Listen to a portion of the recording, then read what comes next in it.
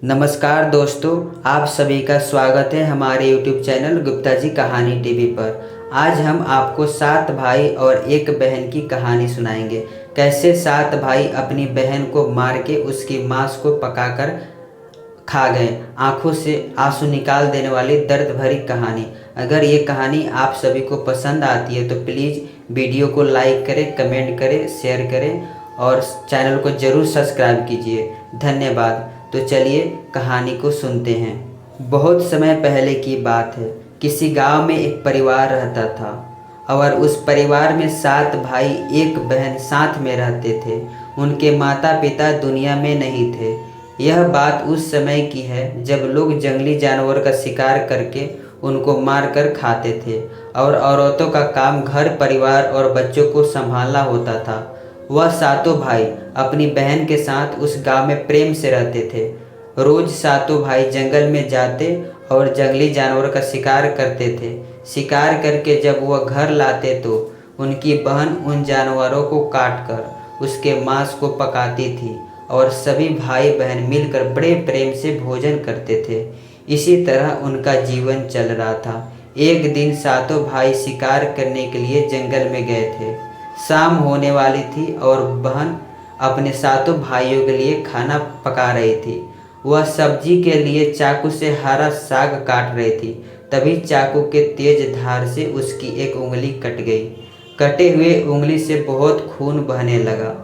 तब बहन सोचने लगी कि यदि मेरे भाइयों ने कटी हुई उंगली देखी तो बहुत ही दुखी हो जाएंगे।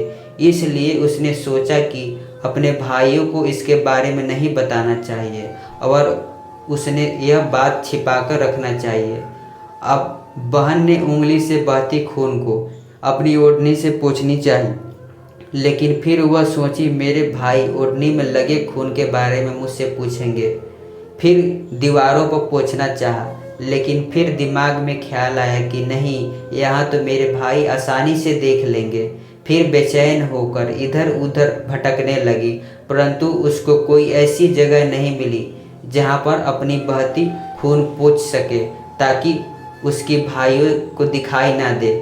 इसलिए उसने जो साग खाने के लिए बना रही थी उसी साग में अपनी बहती खून पोंछ दिया और साग बना दिया। जब शाम को 7 भाई शिकार करके आए तो बहन ने भाइयों के लिए बहुत ही प्यार से भोजन परोसा। आज 7 भाई को साग बहुत ज़्यादा स्वादिष्ट लगा। सभी अपनी उंगलियां चाटने लगे और अपने बहन की तारीफ करने लगे। अपनी तारीफ सुनकर बहन भी बहुत खुश हुई। दिन भर के थके 7 भाई भोजन करके जल्दी सो गए। अगले दिन सभी भाई सुबह खा पीकर जंगल में शिकार करने के लिए निकल पड़े। शिकार के तलाश करते थक गए और एक पेड़ की छांव में सभी भाई बैठ गए और बातों ही बातों में 7 भाई रात के भोजन के बारे में बात करने लगे। रात में बहन ने जो साग बनाया था उसकी चर्चा करने लगे। सभी कहने लगे कि इतना स्वादिष्ट साग उन्होंने कभी नहीं खाया।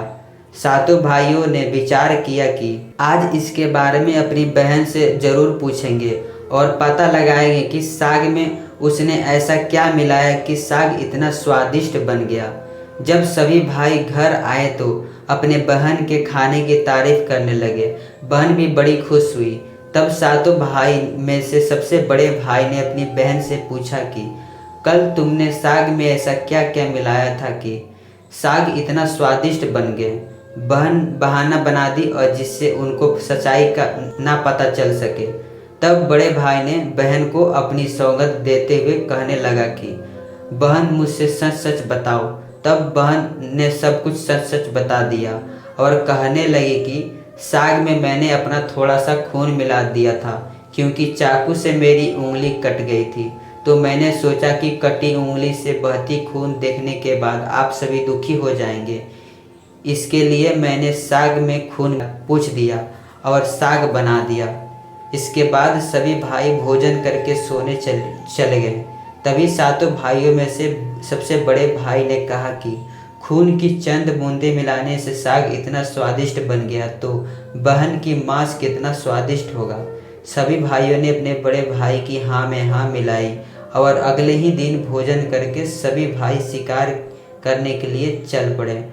सातों भाइयों ने रास्ते में अपनी बहन को जान से मारने की प्लान बना लिया और कहा कि उसको मारकर उसका मांस पकाकर खाएंगे।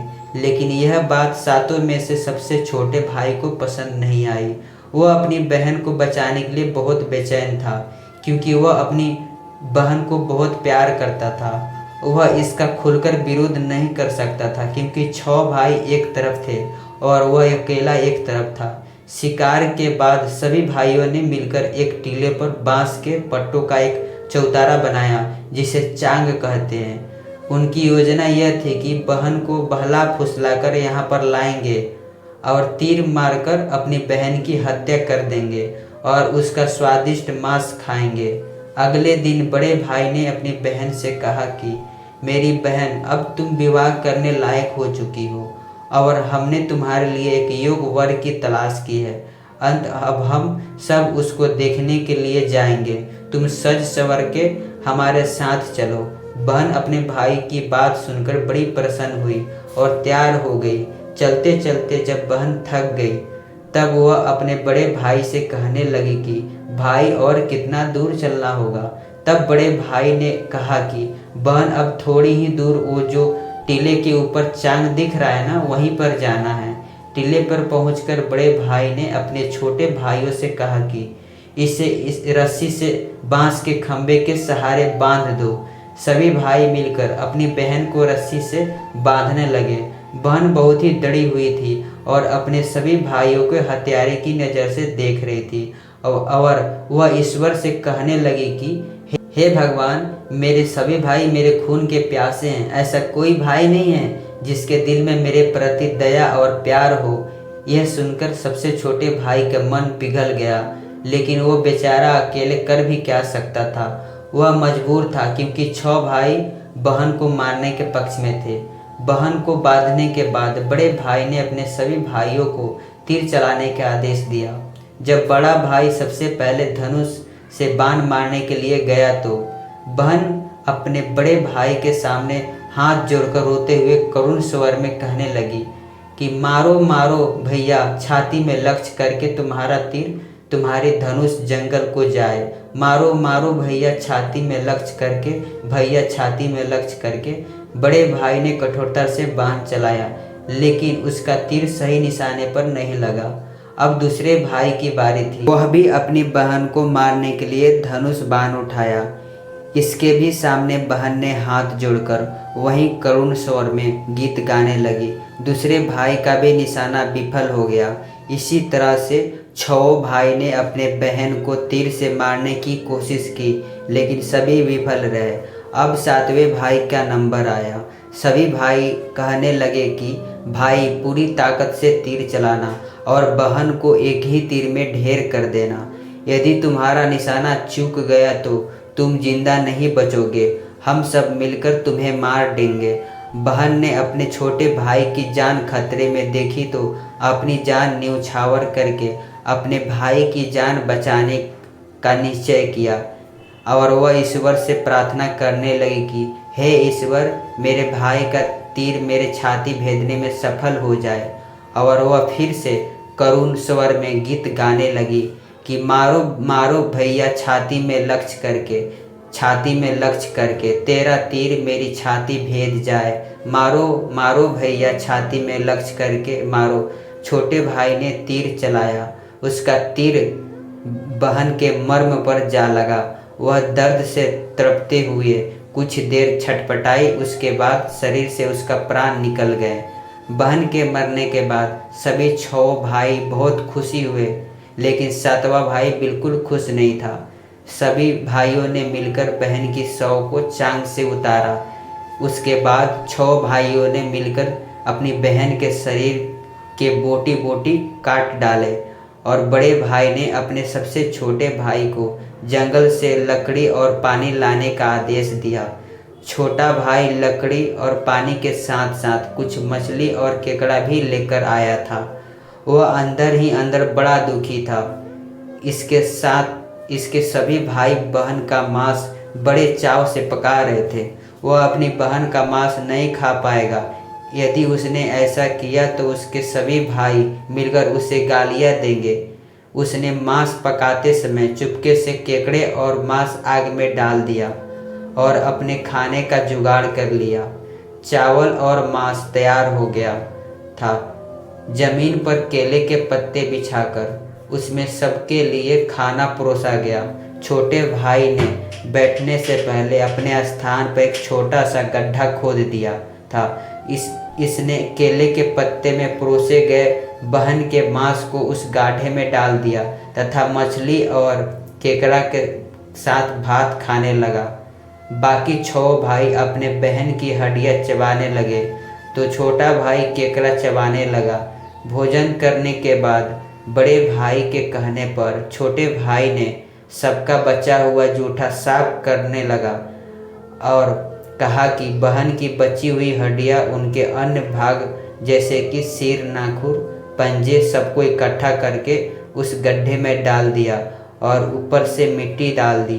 कुछ ही समय पश्चात उस स्थान पर एक बांस का पौधा उगाया। धीरे धीरे करके उस स्थान पर बांसों का एक झुरमुट बन गया।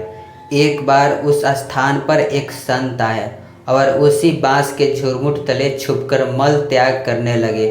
उसी समय आकाशवाणी हुई कि संत दुर्गंध आ रही है, संत दुर्गंध आ रही है। बार बार यह आकाशवाणी हो रही थी तो संत ने तुरंत उस स्थान को साफ कर दिया और उन्होंने झुरमुट में से एक बांस काट लिया और उसकी बांसुरी बना ली और उस बांसुरी को बजाकर लोगों के घर भिक्षा मांगने जाया करते थे और बदले में बहुत सारा उपदेश देते थे।